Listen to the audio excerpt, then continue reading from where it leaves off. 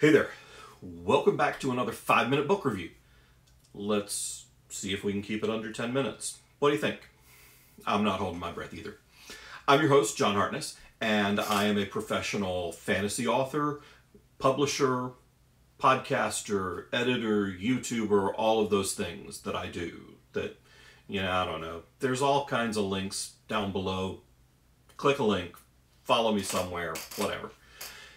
Today, we're going to talk about the latest in my 52 books in 52 weeks challenge, which is Omens by Kelly Armstrong.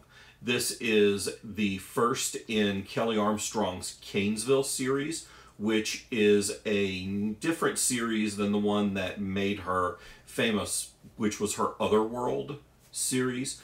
Now, Kelly Armstrong is a name that I have seen ever since I started working in urban fantasy, but somehow, until this book, I had managed to not read any of her stuff. So I'm happy to have checked it out because it's a hell of a book.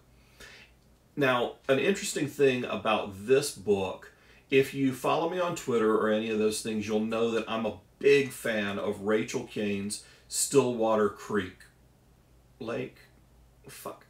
Rachel Kane's, Stillwater Creek books.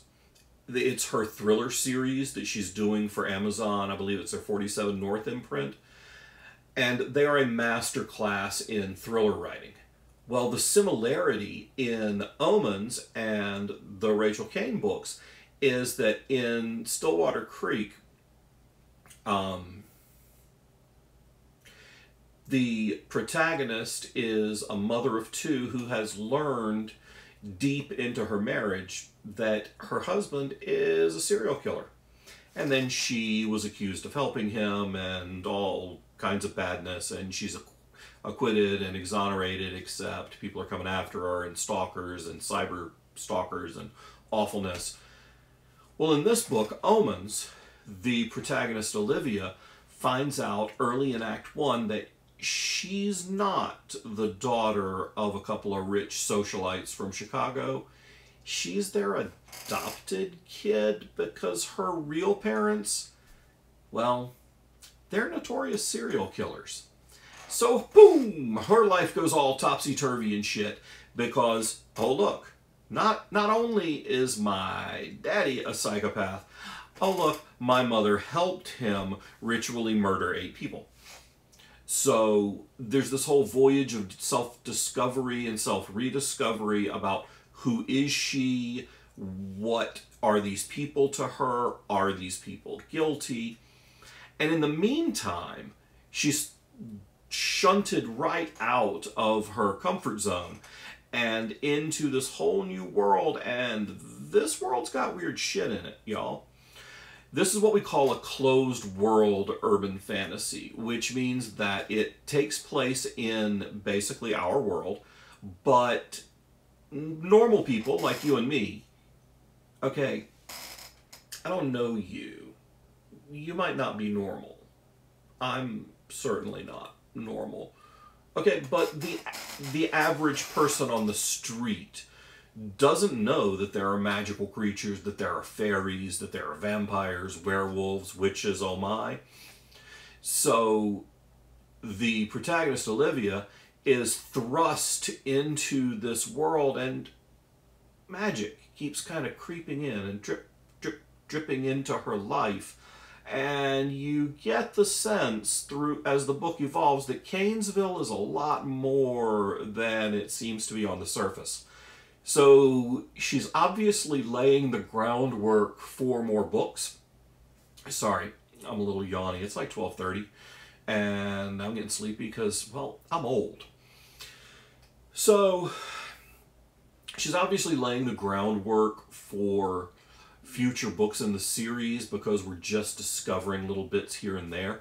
And if you can definitely see where the characters in the book might completely ignore the fact that there's magical shit happening because it's subtle and it's kind of side-eye, and you can definitely see that it's very much a closed world.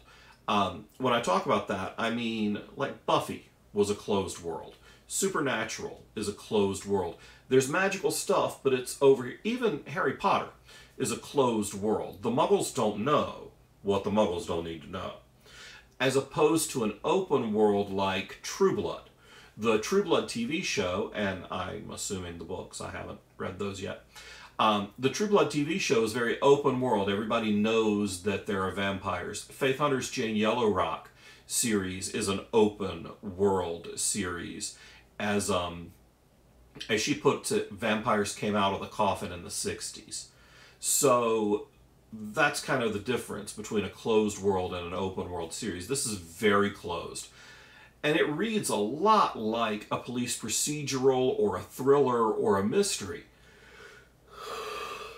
Sorry. This is also like take 3 because the recorder shit the bed once, and I forgot to look up whether Kelly Armstrong was male or female when I started this video, so this is take 3. And I'm still not done in 5 minutes. Whatever. So, Omens is a little bit police procedural, a little bit thriller, a little bit mystery, a little bit urban fantasy, in this kind of spicy goulash of goodness that I really enjoyed. It's a quick read. There's some elements of romance there, especially if you like the bad boy romance, because she certainly shouldn't like the dude she's liking. He pretty, but he bad. So yeah, there's a little bit of everything in here, and it all comes together very well. I'm really looking forward to reading the next book in the series, and I think you should get out there and pick up Omens by Kelly Armstrong. And I do run a publishing company, and I realized after, I don't know, 3 or 4 of these that maybe I should talk about some of the books I publish. So this is the Doomsayer Journeys Omnibus. I'm just going to talk real briefly every time I do one of these videos about a book that actually gets me paid, in addition to the books that I read and love. This is a trilogy by Steve Wetherill, and if you liked Hitchhiker's Guide to the Galaxy and wish that there were more of those, then you should buy this, because it is very similar to Hitchhiker's Guide in that dry, very British, absurd wit. Steve is both British and absurd, and usually at least half witty. Steve is on the Authors and Dragons podcast with me. You should go listen to that. Come join us in Nashville in August. And these books are hilarious, and now you can get them in ebook, paperback, or hardcover in an easy to carry, I'm lying, it's a big-ass book, omnibus edition. And the collected audio is coming soon. But you can get all 3 audiobooks individually already. So go check out the Doomsayer Journeys, and go check out Omens by Kelly Armstrong. And until then, be good to one another. Okay?